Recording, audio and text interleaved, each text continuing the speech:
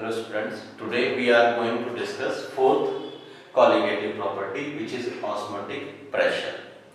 It is a fourth colligative property and last colligative property we have discussed. Osmotic pressure understand करने के लिए आपको पहले osmosis समझना होगा कि what is osmosis, then we have to move on the topic osmotic pressure and why it is colligative property as we have discussed last three properties. तो osmosis क्या है, देखिए ये हमने यहाँ पर एक्सपेरिमेंट ड्रॉ किया है। ये एक कंपार्टमेंट है, इसको दो पार्ट में डिवाइड किया गया है थ्रू सेमी परमिएबल मेम्ब्रेन। इसमें वन साइड सॉल्वेंट है, वन साइड सॉल्यूशन है एंड दो मूवेबल पिस्टन्स लगाए हुए हैं। पहले हम बात करते हैं कि what is semi permeable membrane. Semi permeable membrane ये वो चीज होती है जिसके थ्रू सिर्फ सॉल्वेंट मॉलिक्यूल फ्लो हो सकते हैं, सॉल्यूट मॉलिक्यूल फ्लो नहीं होते, उसे कहते हैं semi permeable membrane. Semi permeable membrane और पार्चमेंट पेपर कहते हैं। ये membrane covering of animals, plants, इन सब में प्रेजेंट होती है, नेचुरली काफी होती है और आर्टिफिशियली भी हम इसको प्रिपेयर कर सकते हैं, जैसे कॉपर फेरोसाइनाइड CuFeCN6, ये एक है पोटेशियम फेरोसाइनाइड यूज करते हैं। तो अलग अलग तरह के पार्चमेंट पेपर और सेमी परमिएबल मेम्ब्रेन होते हैं। इनका यूज ये है कि इसमें सॉल्वेंट फ्लो होता है, सॉल्यूट फ्लो नहीं होता। अब ये तो की बात सेमी परमिएबल मेम्ब्रेन की। हम आते हैं व्हाट इज ऑस्मोसिस। ऑस्मोसिस में क्या है, जैसे मैंने आपसे कहा था कि ये सेमी परमिएबल मेम्ब्रेन है, इसके एक साइड कंपार्टमेंट में प्योर सॉल्वेंट है, एक साइड कंपार्टमेंट में सॉल्यूशन है। होता क्या है कि सॉल्वेंट मॉलिक्यूल फ्लो करते हैं from high concentration to low concentration. यहां पर देखिए प्योर सॉल्वेंट है और यहां सॉल्यूशन है। Solution means it contain, for example मैंने सॉल्ट एंड वाटर, मींस यहां 100% सॉल्वेंट नहीं है, जबकि यहां पे क्या है 100% सॉल्वेंट है। तो सॉल्वेंट फ्लो करेंगे from high concentration to low concentration. इस प्रोसेस को ऑस्मोसिस कहते हैं। Osmosis means flow of solvent molecule from higher concentration to lower concentration is called osmosis. Osmosis के हमारे डेली लाइफ में बहुत सारे एग्जांपल हैं कि वो ऑस्मोसिस कैसे होती है। जैसे आपने देखा होगा कि जो वेजिटेबल वेंडर्स होते हैं ये कॉन्स्टेंटली अपनी वेजिटेबल्स के ऊपर पानी का छिड़काव करते हैं। उसका रीजन क्या है, क्योंकि ऑस्मोसिस थ्रू जो वाटर है वो अंदर एंटर करता है, वेजिटेबल फ्रेश और ताजे दिखते हैं। दूसरा एग्जांपल है जो प्लांट्स हैं, प्लांट्स रूट के थ्रू सॉइल से वाटर को एब्जॉर्ब करते हैं और अप टू टॉप तक फ्लो कराते हैं, वो भी ऑस्मोसिस का ही एग्जांपल है। क्योंकि जो प्लांट्स हैं इनके अंदर वाटर का सॉल्यूशन होता है, जबकि बाहर सॉइल में क्या है वाटर अकेला है, सॉल्वेंट अकेला है, तो वो उसके अंदर फ्लो होता है। दूसरा एग्जांपल हम ले सकते हैं किशमिश का। किशमिश सूखी होती है, आप घर पे लाइए, उसको पानी के बाउल में रख दीजिए, तो स्वेल कर जाएगी। किशमिश के अंदर क्या है, अंदर है शुगर सॉल्यूशन, बाहर क्या था प्योर सॉल्वेंट। सॉल्वेंट मूव किया from higher concentration to lower concentration, उस चीज को हम कहते हैं ऑस्मोसिस कहते हैं।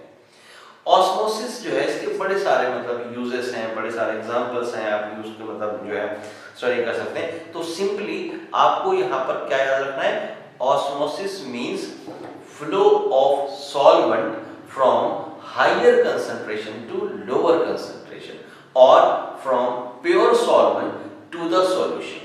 From pure solvent to the solution it is called osmosis. अब ऑस्मोसिस आपको क्लियर हो गई, तो ऑस्मोटिक प्रेशर क्या होता है उस पर बात करते हैं। देखिए जैसे हमने बात की, यहाँ क्या है अकेला सॉल्वेंट है, सॉल्वेंट कहाँ फ्लो क्या रहा है टुवर्ड्स सॉल्यूशन। जब यहाँ पे आएगा तो इसका वॉल्यूम इंक्रीज होगा और वॉल्यूम इंक्रीज जब होगा तो ये पिस्टन बाहर मूव करेगा क्योंकि वॉल्यूम बढ़ रहा है।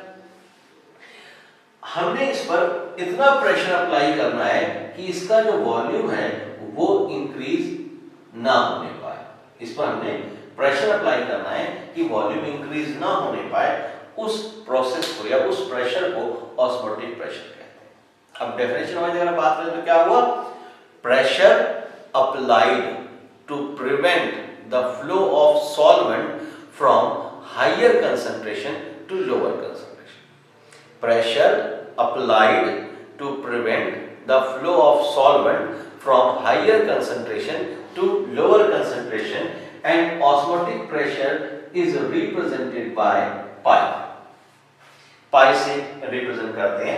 अब देखिए यहाँ पर जो प्रेशर है किसकी वजह से आ रहा है, जो आपका यहाँ से सॉल्वेंट फ्लो होकर आ रहा है, उसमें से यहाँ सॉल्यूशन की मतलब जो है वॉल्यूम इंक्रीज हो रहा है, तो पाई जो है ये डायरेक्टली प्रोपोर्शनल टू कंसंट्रेशन, क्योंकि ये सॉल्यूशन कंसंट्रेट से मूव कर रहा है टुवर्ड डाइल्यूशन, तो pi is directly proportional to C, और हम इसको लिखते हैं pi is equals to CRT. R is gas constant and T is temperature. अब pi is equals to C होता है number of moles of solute divided by volume into R and T. तो आप इस तरह से लिखते हैं pi is equals to number of moles of solute divided by volume RTC को हमने number of moles divided by volume लिख लिया। क्या बन जाएगा नेक्स्ट, ये pi is equals to Nb को हम लिखते हैं Wp upon Mb, mass of the solute upon molecular mass, ठीक है जी। अब हमें कैलकुलेट करना है Mb, तो Mb is equals to हो जाएगा Wp RT upon pi V। ये हो गया formula for the calculation of molecular mass of the solute with the help of osmotic pressure। तो osmotic pressure is pressure applied to prevent the flow of solvent from higher concentration to lower concentration, and pi is directly proportional to C, or pi is equals to CRT. R is gas constant and T is temperature.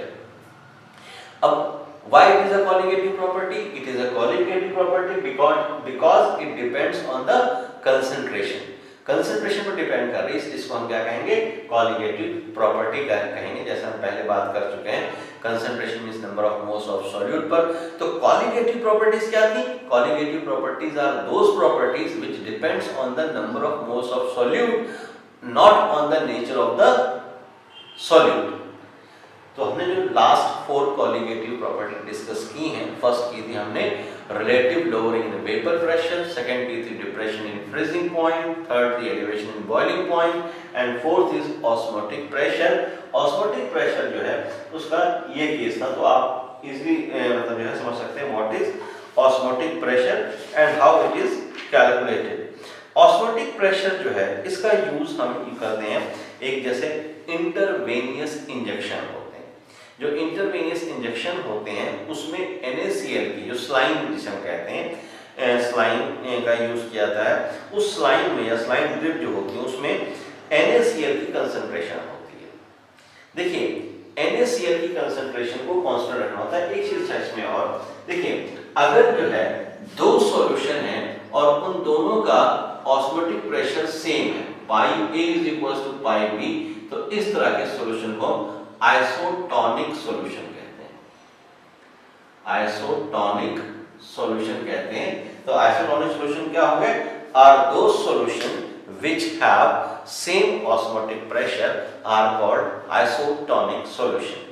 And if a solution has higher osmotic pressure than the other, तो higher को हम कहते हैं hypertonic और lower को कहते हैं hypotonic कहते हैं।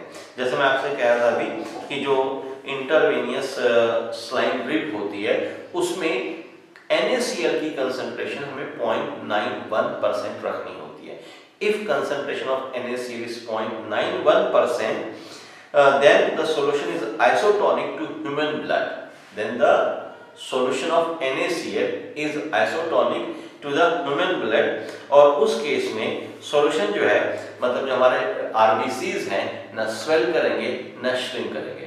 But if concentration is less than 0.91%, then it is hypotonic to the blood. And hypotonic वाले केस में क्या होगा कि जो हमारे आरबीसीज हैं उसमें एंडोऑस्मोसिस होगी और उसकी वजह से वो स्वेल कर जाएंगे और बस्ट कर सकते हैं। लेकिन अगर उससे हम ज्यादा रखते हैं तो उसमें हाइपरटोनिक होगी और हाइपरटोनिक में एक्सोऑस्मोसिस होगा और सेल जो है वो श्रिंक कर जाएंगे। तो बहुत इसमें जो है प्रिकॉशंस लेनी पड़ती है कि आपको जो कंसंट्रेशन है वो 0.91% मेंटेन रखनी होती है। तो एक ये एग्जांपल आपको याद रखना है इंटरवेनियस सलाइन ड्रिप का जो पेशेंट को यूज करते हैं।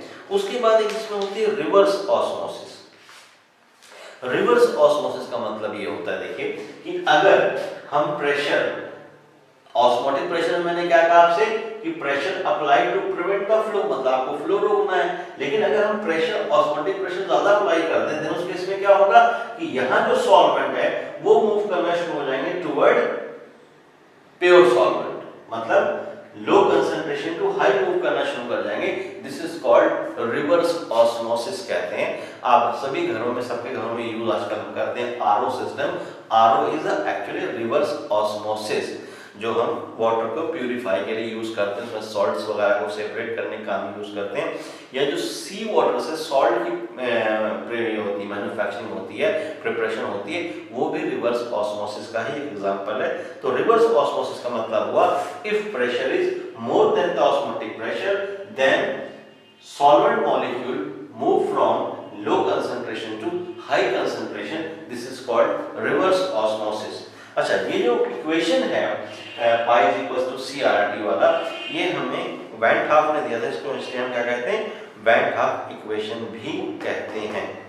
ठीक है, यहाँ तक क्लियर बात। तो ये सारी जो कॉलिगेटिव प्रॉपर्टीज थी, ये कॉलिगेटिव प्रॉपर्टीज का हम यूज करते हैं molecular mass of the solute calculate करने के लिए। जैसे ये फॉर्मूला हमने बनाया, हमने सभी ने देखा पिछले चारों में कि हम molecular mass of the solute calculate कर सकते हैं with the help of using colligative properties. लेकिन कॉलिगेटिव प्रॉपर्टी को अप्लाई करने के लिए कंडीशंस क्या थी, हमने डिस्कस की थी। तो पहली कंडीशन थी कि जो हमारा सॉल्यूट है वो नॉन वोलेटाइल होना चाहिए, दूसरा डाइल्यूट सॉल्यूशन होना चाहिए, and third association and dissociation नहीं होनी चाहिए। ये कंडीशंस हमने डिस्कस की थी। अब इसमें एक चीज आपको और मतलब कई बार क्वेश्चन आपको पूछा जाता है कि why osmotic pressure is best method to calculate molecular mass of the polymer or protein।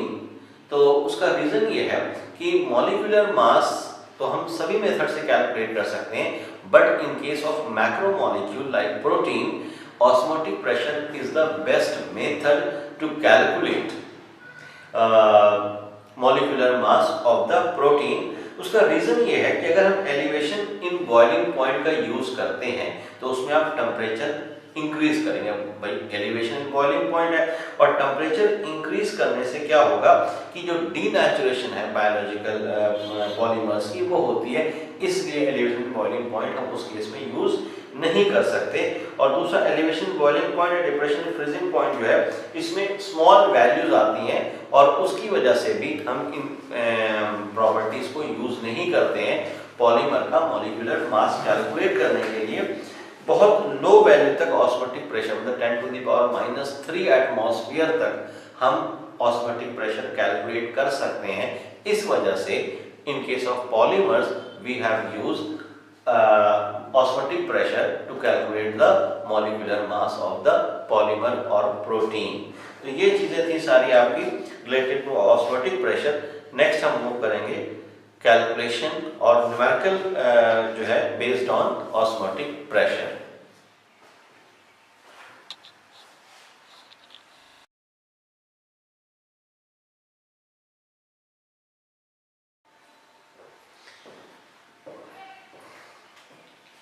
First numerical on osmotic pressure.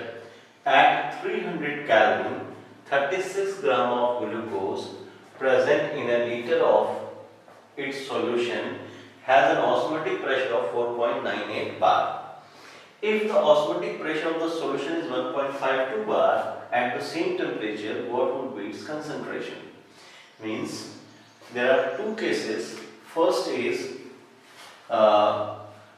mass of the solute is 36 gram present in a liter of water, volume is 1 liter, and osmotic pressure pi is 4.98 bar, and temperature is 300 Kelvin. Temperature is 300 Kelvin. Question is, if the osmotic pressure, means this pressure, is raised to 1.52 bar, then what is the concentration of the solution which we have to calculate? तो इसमें देखिए आपको सबसे पहले यहाँ पर ये values put करते हैं। फॉर्मूला हमारे पास क्या था, MB is equals to WB RT upon pi V। ये है formula for the calculation of molecular mass of the solute with the help of elevation in boiling point. तो वैल्यू सब्स्टिट्यूट करते हैं। मॉलिक्यूलर मास आपको glucose given है, तो molecular mass of glucose is 180। Glucose is C6H12O6। तो 180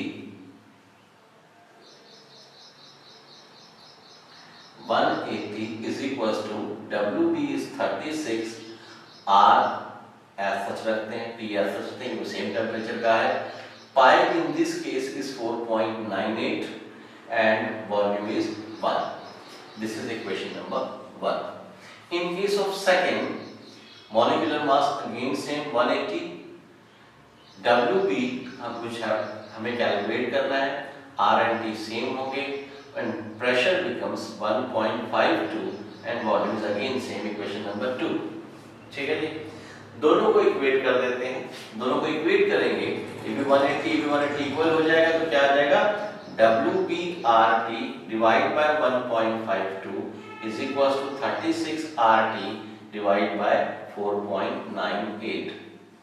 अब देखिए RT cancel, तो WB is 36 into 1.52 divided by 4.98 and which is come out to be 10.987 gram per liter।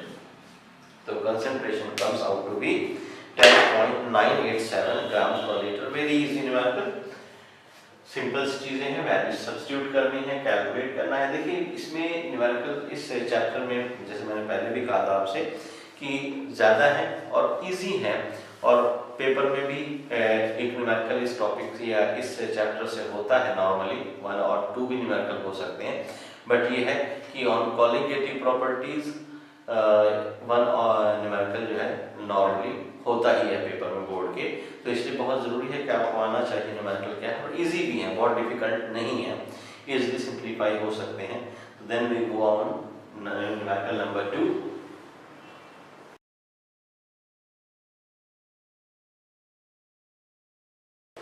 Second numerical is calculate the osmotic pressure in pascals exerted by a solution prepared by dissolving 1 gram of a polymer of molecular mass 185000 in 450 milliliter of water at 37 degrees Celsius। देखिए we have to calculate osmotic pressure, means the value of pi, osmotic pressure pi। WB mass of solute is 1 gram, solution prepared by dissolving 1 gram of polymer, and molecular mass of the solute is 185000 and volume is 450 milliliter।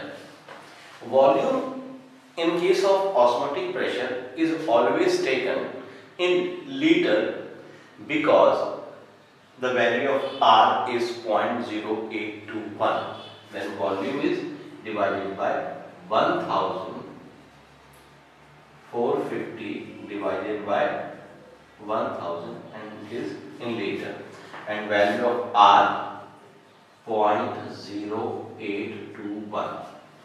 then formula apply करते हैं। formula क्या है, MB is equals to WB RT upon pi and V। अच्छा, temperature भी ले लेते हैं।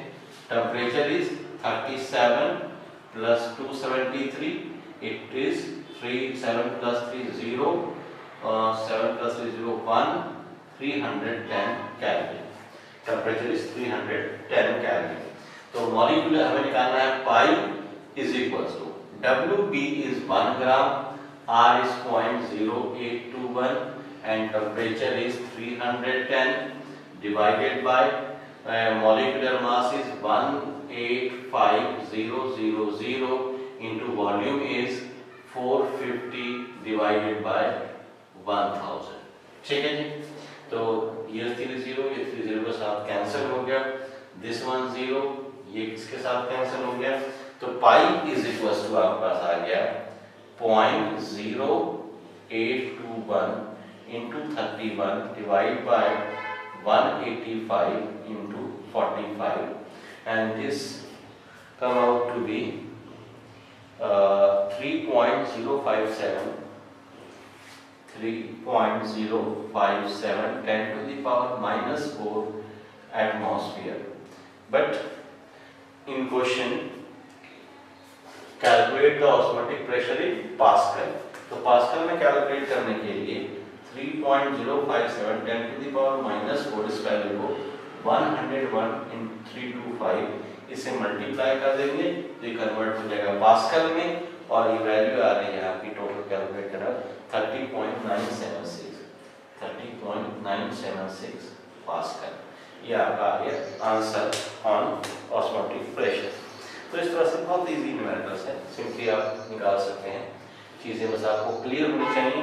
देखिए, किसी भी न्यूमेरिकल को सॉल्व करने के लिए आपको ये समझना ज़रूरी है कि हमने कैलकुलेट किया। इन केस ऑफ सॉल्यूशन अगर हम बात करें तो सॉल्यूट क्या है, सॉल्वेंट क्या है, गिवन क्या है, ऑन विच प्रॉपर्टीज, मतलब किस प्रॉपर्टी को हमने अप्लाई करना है, जिसके अकॉर्डिंगली हमें वैल्यूज कैलकुलेट करनी है। तो ये सारी चीज़ अगर आप ध्यान रखें तो बहुत ईजी न्यूमेरिकल्स हैं।